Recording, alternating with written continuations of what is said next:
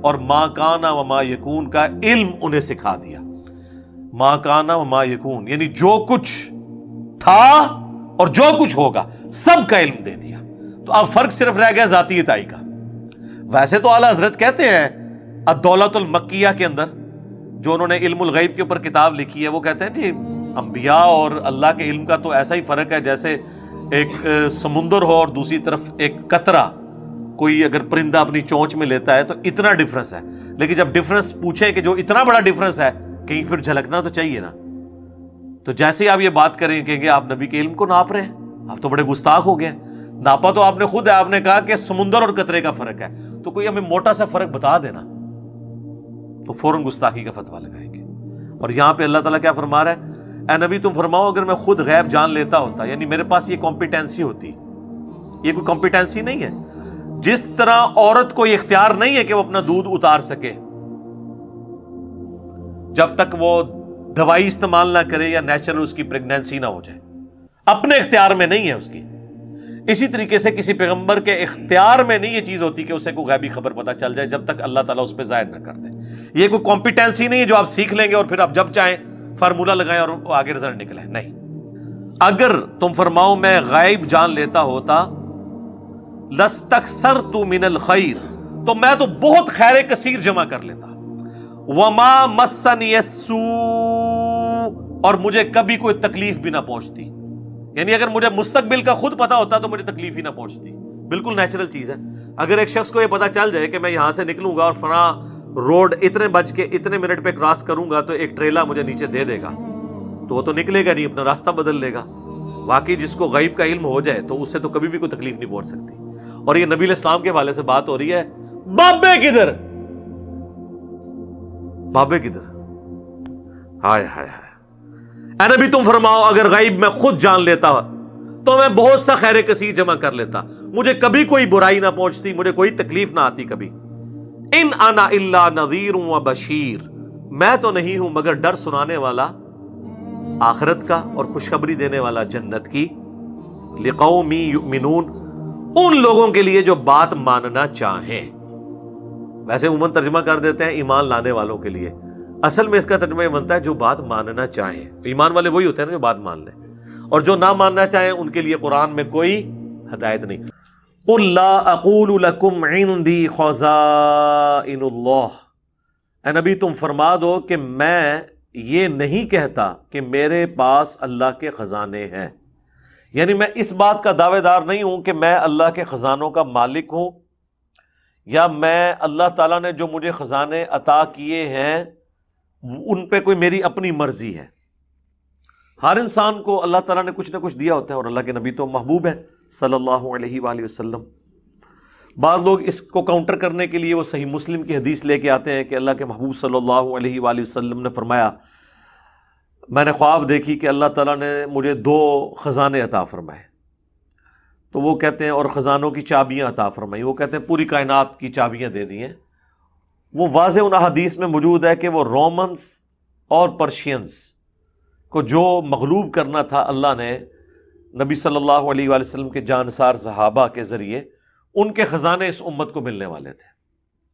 اس سے مراد وہ چیزیں. اسی لیے بخاری اور مسلم دونوں میں آتا ہے نا کہ حضرت ابو ہریرہ رضی اللہ تعالیٰ عنہ نے جب مال کی ریل پیل دیکھی تو وہ صحابہ کی غربت کو یاد کیا کرتے تھے اور ڈرتے تھے کہ کہیں ایسا نہ ہو کہ جو کچھ ہمیں آخرت میں ملنا ہے اللہ نے دنیا میں تو نہیں دے دیا.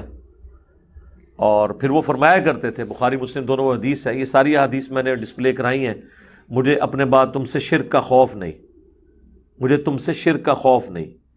یہ ویڈیو ہے، اس میں یہ ساری میں نے نبی علیہ السلام کا آخری خطبات میں سے ایک، آپ کی وفات سے 1 مہینہ پہلے، جو بخاری میں بھی ہے مسلم میں بھی ہے. عقبہ ابن عامر کہتے ہیں کہ میں نے اللہ کے نبی کو آخری دفعہ ممبر پہ اسی دن دیکھا تھا جب غزوہ احد کے شہداء پہ آپ نے نماز جنازہ پڑھی. قبرستان میں آپ کے لیے ممبر لگایا گیا اور وہ خطبہ آپ نے قبرستان میں دیا اور کہا مجھے یہ خطرہ نہیں کہ تم میرے بعد شرک کرنے لگو، بلکہ مجھے ڈر ہے کہ تم پہ دنیا کے مال کے دہانے کھول دیے جائیں گے اور پھر تم اس کی محبت میں گرفتار ہو کر ایک دوسرے کو قتل کرو گے اور تباہ و برباد ہو جاؤ گے جس طرح اگلے تباہ و برباد ہو گئے.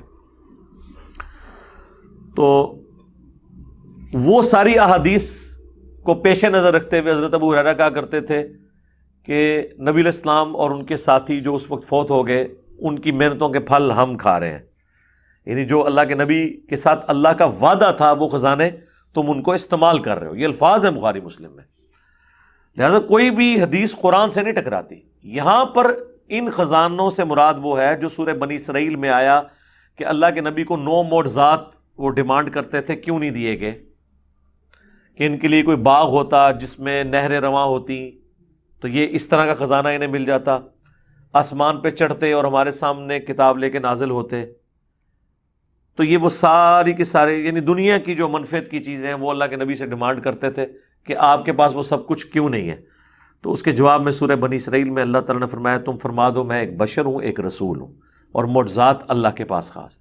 یہاں بھی خزائن سے مراد وہ تمام معجزات، وہ ڈیمانڈز ہیں جو کافر رکھتے تھے. تو کہا جا رہا ہے کہ آپ فرمائے کہ میرے پاس کوئی خزانہ نہیں ہے. ولا اعلم الغیب، اور نہ میں غیب جانتا ہوں. بالکل واضح. احمد بریلوی صاحب باقی لوگ اس کا ترجمہ کرتے ہوئے لکھ دیتے ہیں نہ میں خود سے غیب جانتا ہوں. ٹھیک ہے، یہ بھی کوئی غلط نہیں ہے. لیکن جب آپ یہ کہیں گے کہ اللہ کے نبی علیہ السلام کو ما کان و ما یکون، جو کچھ ہو چکا جو کچھ ہونے والا اس کا علم ہے، پھر ہم آپ سے پوچھیں گے یہ آپ کو کس نے بتایا؟ قرآن میں تو آیا کہ میں غیب نہیں جانتا. وہ کہتے ہیں نہیں، قرآن میں آیا کہ اللہ تعالیٰ نے فرمایا ہے کہ اللہ تعالیٰ اپنے غیب پر کسی کو مطلع نہیں کرتا الا من ارتضی من رسول، مگر اپنے رسولوں میں سے. سورہ جن میں آیا یہ. سورہ آل عمران میں اللہ تعالیٰ نے 179 نمبر آیت میں فرمایا وَلَٰكِنَّ اللَّهَ، اللہ تعالیٰ اپنے غیب پر کسی کو مطلع نہیں کرتا مگر اپنے رسولوں میں سے. وَلَٰكِنَّ اللَّهَ يَجْتَبِي مِن رُّسُلِهِ مَن يَشَاءُ وَمَا كَانَ اللَّهُ لِيُطْلِعَكُمْ عَلَى الْغَيْبِ، اللہ کی یہ شان نہیں کہ تمہیں غیب پر اطلاع دے. وَلَٰكِنَّ اللَّهَ يَجْتَبِي مِن رُّسُلِهِ مَن يَشَاءُ، بلکہ اپنے رسولوں میں سے اللہ چن لیتا ہے جن کے اوپر یہ غیب کی خبریں کھولتا ہے. پس تم ایمان لاؤ اللہ پر اور اس کے رسول کے اوپر. تو یہ غیب کا عقیدہ ہے لیکن اللہ کے بتانے پر. لیکن جہاں پہ نہیں بتایا گیا وہاں نہیں. قرآن میں کئی جگہ آیا ہے اے نبی تم سے یہ پوچھتے ہیں قیامت کے بارے میں تو فرما دو کہ اس کا علم تو اللہ کے پاس ہے. وَيَقُولُونَ مَتَىٰ هَٰذَا الْوَعْدُ إِن كُنتُمْ صَادِقِينَ، یہ پوچھتے ہیں وہ وعدے کا دن کب آئے گا، اگر تم سچے ہو تو بتاؤ. تو اللہ کے نبی کو وہ جھٹلا رہے ہیں کہ اگر سچے ہو تو بتاؤ کب آئے گی قیامت. اب اللہ کے نبی کی عزت سٹیک پہ ہے. ہونا تو چاہیے کہ میرے نبی کو کہیں یہ جھوٹا نہ کہہ دے تو میں تاریخ اور سن بتا دوں. اللہ نے فرمایا نہیں. قل انما العلم عند اللہ، اے نبی تم فرما دو اس کا علم اللہ کے ساتھ خاص ہے. وَإِنَّمَا أَنَا نَذِيرٌ مُّبِينٌ، اور میں تو نہیں ہوں سوائے اس کے کہ میں کھلا ڈر سنانے والا ہوں.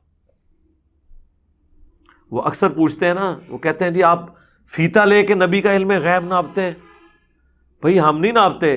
جب قرآن بار بار کہے کہ قیامت کا علم نہیں دیا گیا اور ہم قرآن کی بات کو ریپیٹ کریں تو اس میں ناپنے والی کون سی بات ہوگی ہے؟ یعنی یہ آپ ہمیں ٹونٹ نہیں کروا رہے بلکہ اللہ تعالیٰ کو یہ ٹونٹ کر رہے ہیں. نعوذ باللہ من ذالک. جو دیا وہ ہم مانتے ہیں، جو نہیں دیا وہ نہیں مانتے. باقی یہ کہنا کہ جی نبی صلی اللہ علیہ وآلہ وسلم کے لیے یہ نقص تصور ہوگا کہ اللہ تعالیٰ ان کو علم الغیب نہ دے، تو یہ آپ کی نظر میں ہی نقص ہے. اللہ کے نزدیک تو ایسا نہیں ہے. اللہ نے تو واضح فرما دیا وَلَا أَعْلَمُ الْغَيْبِ، اے نبی تم فرما دو کہ نہ میں غیب جانتا ہوں، ان سین چیزوں کو. بخاری اور مسلم دونوں میں حدیث ہے کہ 5 چیزیں جو سورہ لقمان کے اینڈ میں آئی وہ اللہ کے ساتھ خاص ہیں. ان کو اللہ کے سوا کوئی نہیں جانتا، وہ اللہ کی غیب کی کنجی ہیں. اب ان میں بھی ایسی چیزیں موجود ہیں کہ جو اللہ تعالیٰ اپنے پیغمبر کو، مثلا اس میں ایک چیز آئی کہ کسی کو نہیں پتا وہ کس زمین میں مرے گا.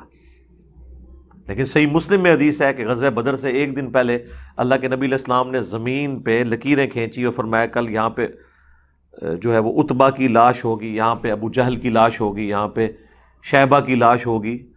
اور حضرت عمر کہتے ہیں کہ واللہ ہم نے ان لاشوں کو اگلے دن انہی جگہوں پر پایا. تو اللہ کے نبی کو اللہ تعالیٰ نے یہ چیز بتا دی تھی.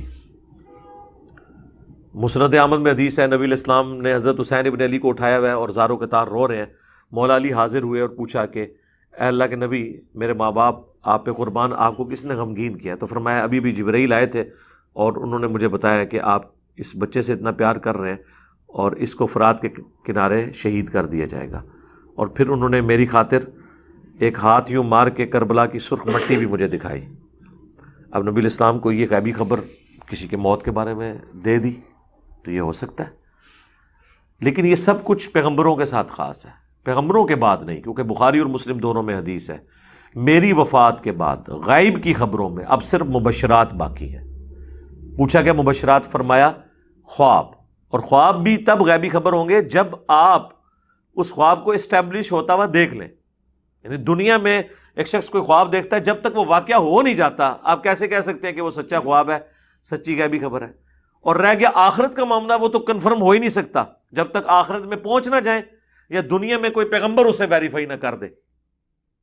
جس طرح صحیح بخاری میں حدیث ہے، ام العلا ایک بوڑھے صحابی تھے عثمان بن مظعون، ان کی خدمت کیا کرتی تھی، وہ فوت ہو گئے.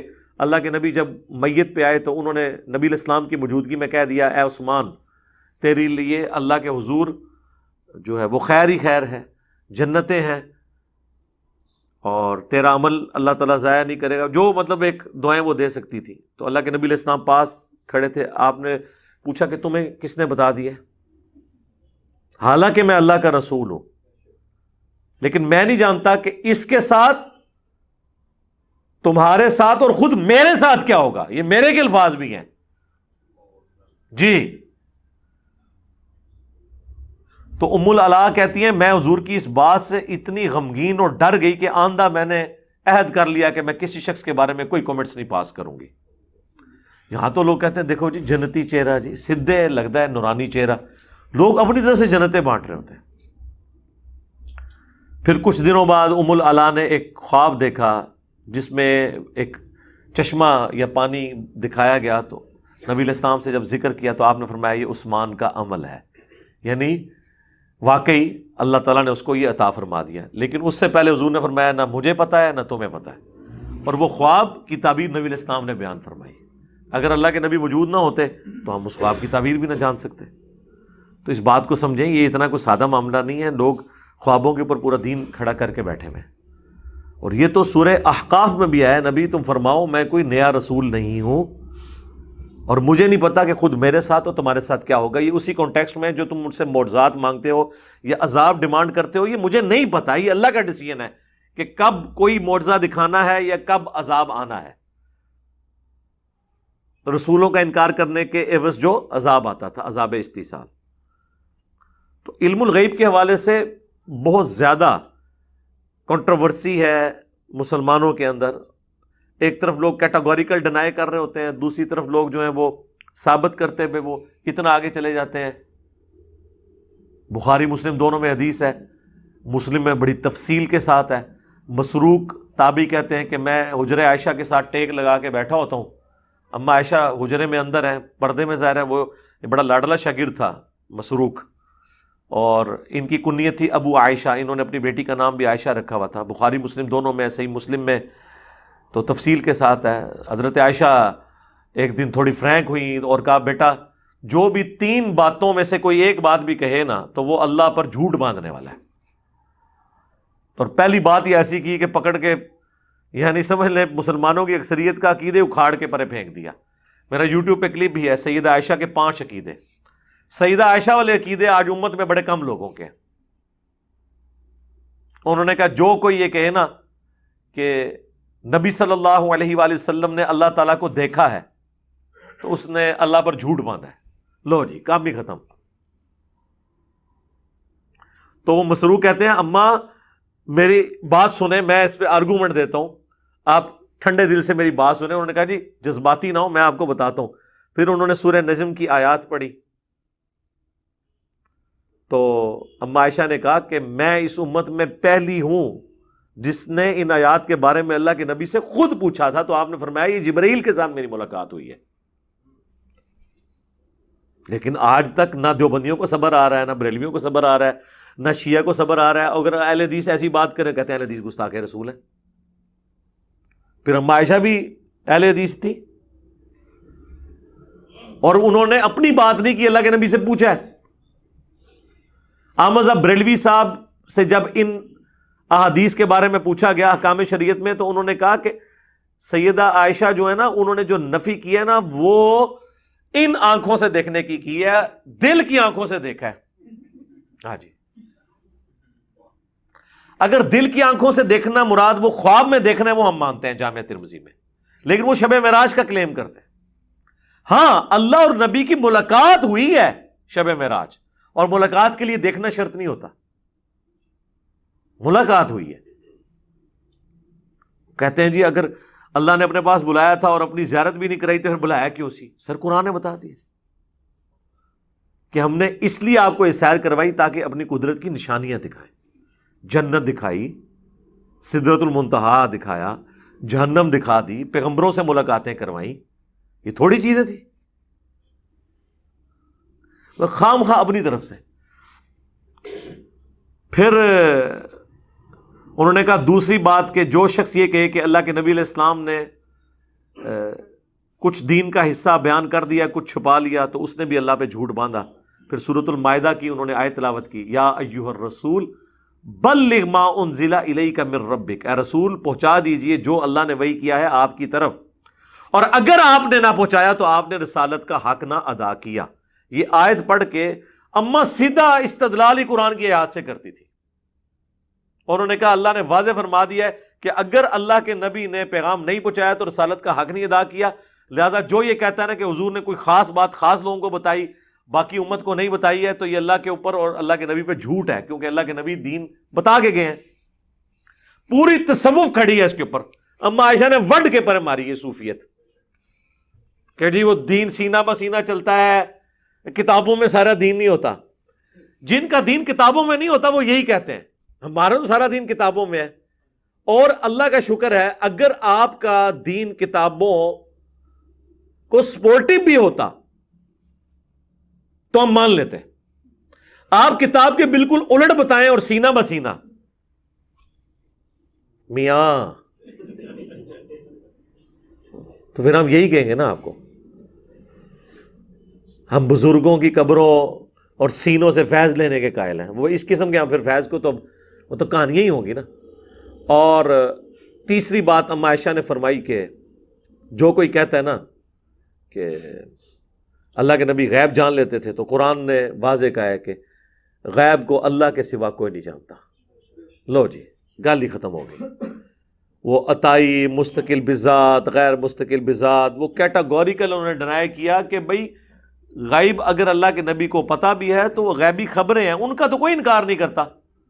مسئلہ اس وقت ہے جب آپ کہتے ہیں کہ اللہ کے نبی علیہ السلام روضہ شریف میں جو ہے وہ پوری دنیا میں ہونے والے واقعات کو آبزرو کر رہے ہیں.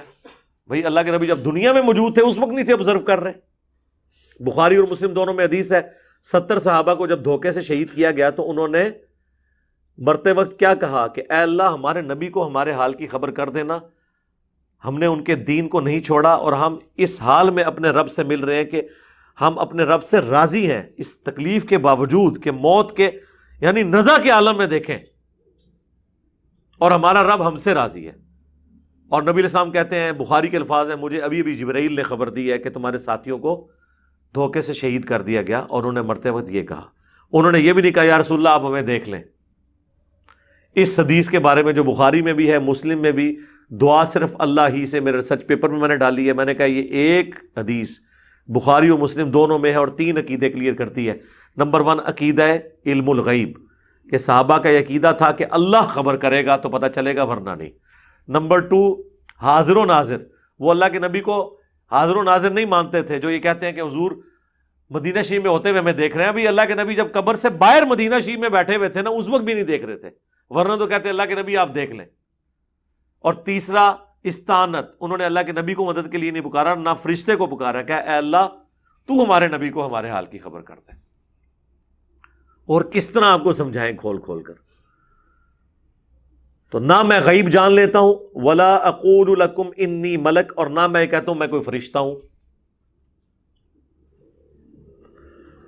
اب جو لوگ زبردستی تلے ہوئے ہیں کہ اللہ کے نبی علیہ السلام کو نور ثابت کریں اسپیشی کے طور پہ، تو ان کے لیے لمحہ فکری ہے، یہ تو نفی ہو رہی ہے کہ میں فرشتہ نہیں ہوں، انسان ہوں، ہماری طرح کا نہیں، مرتبے کی بات نہیں ہو رہی، اسپیشی کی بات ہو رہی ہے۔ اسپیشیز میں سے ایک اسپیشی انسان ہے، ایک جن ہے، ایک فرشتے ہیں، اس طرح پھر اور۔ قرآن حکیم میں اللہ تعالیٰ نے سورۃ الرحمن میں، سورۃ الحجر میں اور کئی جگہ فرمایا کہ اللہ تعالیٰ نے انسان کو مٹی سے اور جنوں کو آگ سے پیدا کیا۔ صحیح مسلم میں حدیث ہے کہ اللہ تعالیٰ نے انسان کو مٹی سے، جنوں کو آگ کی لپٹ سے اور فرشتوں کو نور سے پیدا کیا۔ تو نبی علیہ السلام ایز اے اسپیشی مٹی سے پیدا ہوئے ہیں۔ ہاں آپ نور ہدایت ہیں، وہ تو صحابہ، اہل بیت، احادیث کی کتابیں، قرآن، یہ سب نور ہیں ان معنوں میں۔ انا ارسلناک شاہدا ومبشرا ونذیرا وداعیا الی اللہ باذنہ وسراجا منیرا، آپ ایسے سورج ہیں جو چمکا دینے والے ہیں۔ لیکن اسپیشی قل انما انا بشر مثلکم، انسان ہونے میں میں تمہاری طرح کا ایک انسان ہوں، مرتبے کی بات نہیں۔ اور سورہ بنی اسرائیل میں تو اللہ نے کھول کے بیان کیا کہ اگر زمین پر فرشتے آباد ہوتے تو ہم فرشتوں میں پیغمبر بنا کے بھیجتے۔ اب جب انسان ہیں تو انسانوں کے لیے آئیڈیل کون ہوگا؟ انسان۔ ورنہ اللہ کے نبی علیہ السلام ہمارے لیے آئیڈیل کیسے ہوتے؟ فرشتے تو کھاتے پیتے نہیں ہیں، تو جو شخص کھاتا پیتا نہ ہو وہ شخص کسی ایسے شخص کا کیسے آئیڈیل ہو سکتا ہے جسے فاقے بھوک کی وجہ سے کاٹنے پڑے؟ تو اللہ کے نبی نے کاٹے ہیں نا، تکلیف کاٹی ہے، ہمارے لیے آئیڈیل ہے۔ وہ تمام حالات و واقعات جو امت پہ سکیٹرڈ فارم میں آ سکتے تھے، آپ پہ تکلیفیں اتری ہیں۔ ایک دن میں 2 بیٹیوں کو طلاق ہوئی، زندگی میں 3 بیٹیاں اپنے ہاتھوں سے دفن کی، 4 ہی بیٹیاں تھیں، 3 بیٹے ہوئے، تینوں زندگی میں فوت ہوئے، تینوں کو بچپن میں دفنایا۔ 4 بیٹیاں جوانی کی عمر کو پہنچی، شادی شدہ ہوئیں، ان میں سے بھی 3 اپنی زندگی میں دفنائیں، اور چوتھی جو ایک بچ گئی تھی، باقی ساری اولاد فوت ہو چکی ہے، اس کو بھی کہا کہ میرے مرنے کے بعد سب سے پہلے تم مجھے آ کے ملو گی۔ وہ بھی 20 سال کی عمر میں، نبی علیہ السلام کی وفات کے 6 مہینے بعد سیدہ فاطمہ سلام اللہ علیہا وہ بھی فوت ہو گئی۔ اتنے غم کسی انسان پہ ٹوٹ سکتے ہیں؟ مجھے بتائیں۔ اور جو ان کی اولاد ہے، جن کو اپنے بیٹے کہہ رہے ہیں حسن حسین، ان کے بارے میں بتا دیا گیا کہ یہ بھی شہید ہو جائیں گے۔ یار آپ ذرا نبی علیہ السلام کے اعصاب دیکھیں کتنے مضبوط تھے۔ اور یہ تو ایک ٹینشن ہے، جو وہ ٹینشن ہے کہ آپ کو یہ بتایا جا رہا ہے کہ آپ کے بعد آپ کی امت کے ساتھ ہونا کیا ہے۔ جو مسند ابی یعلا میں، المستدرک للحاکم میں ہے کہ میں نے بنو امیہ، بنو مروان کے بندروں کو اپنے ممبروں پہ دیکھا ہے۔ اور ابو ہریرہ کے الفاظ ہیں، جس دن یہ حضور نے خواب دیکھی اس کے بعد چند دن زندہ رہے اور آپ کو کسی نے ہنستے ہوئے نہیں دیکھا کہ یار میری امت پہ یہ مسلط ہو جائیں گے۔ بندر، امت کا غم الگ سے، میں کہتا ہوں نہیں، ہم سب کے غم جمع کیے جائیں نا، اس سے زیادہ غم اللہ کے نبی علیہ السلام اکیلے۔ ذرا آپ سوچ سکتے ہیں کہ پیغمبر کتنا رقیق القلب ہوتا ہے۔ میرے آپ کے بارے میں تو چلے کوئی 2 رائے ہو سکتی ہیں، قرآن میں ہے حریص علیکم بالمؤمنین رؤوف الرحیم، مومنین کے لیے حریص ہیں، رؤوف ہیں، رحیم ہیں، ان کی جانوں سے بڑھ کر ان کے لیے حرص کرنے والے ہیں۔ آپ لوگوں کو شانیں نظر آ رہی ہیں، یعنی لوگ بڑے آسانی سے کہہ دیتے ہیں اللہ کے نبی کو بڑی شان ملی ہوئی ہے، لیکن آپ اللہ کے نبی کی جو تکلیفات ہیں، جو آپ کی ٹینشنز ہیں، اگر آپ ان کو دیکھیں تو وہ شان تو ایک سائیڈ پہ رہ جاتی ہے۔ ہم یہ سمجھتے ہیں کہ کسی کو آنر یہ شان ملے تو ایک سکھی زندگی گزارے۔ یہ ذرا نقطے کے اوپر آپ نے توجہ کرنی ہے۔ اللہ کے نبی کو اتنی شانوں کے باوجود آپ کی زندگی غموں سے عبارت، مرتے وقت بھی امت کا غم، اور قیامت والے دن لعنت سے غم۔ حالانکہ اس دن مقام محمود ملا، لیکن ادھر کی ٹینشن یہ ہے کہ امت کو کسی طریقے سے بچا لوں۔ تو پیغمبر واقعی وہ بھی ہوتا ہے اللہ کی طرف سے۔ اتنے مضبوط اعصاب کسی عام انسان کے ہو ہی نہیں سکتے، ورنہ تو انسان سوچ سوچ کے مر جائے۔ انسان سوچ بھی نہیں سکتا کہ پیغمبر کس کس تکلیف سے گزرتے ہیں۔ تو میں کوئی فرشتہ نہیں ہوں، میں انسان ہوں، انسان ہونے کی وجہ سے آئیڈیل بھی ہیں ہمارے لیے، ان اتبع الا ما یوحى الی. لو جی آخری گل آ گئی ہے، میں تو نہیں اتباع کرنے والا مگر وہی جو اللہ میری طرف وحی کرتا ہے. یعنی خود میری اپنی مرضی ہے ہی نہیں ہے، میں اس وحی کا پابند ہوں، جو جو مجھے اللہ حکم دیتا ہے میں وہ بجا آوری اس کی کرتا ہوں.